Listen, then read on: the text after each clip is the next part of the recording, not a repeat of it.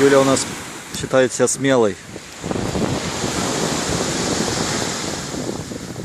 Давай, давай, иди.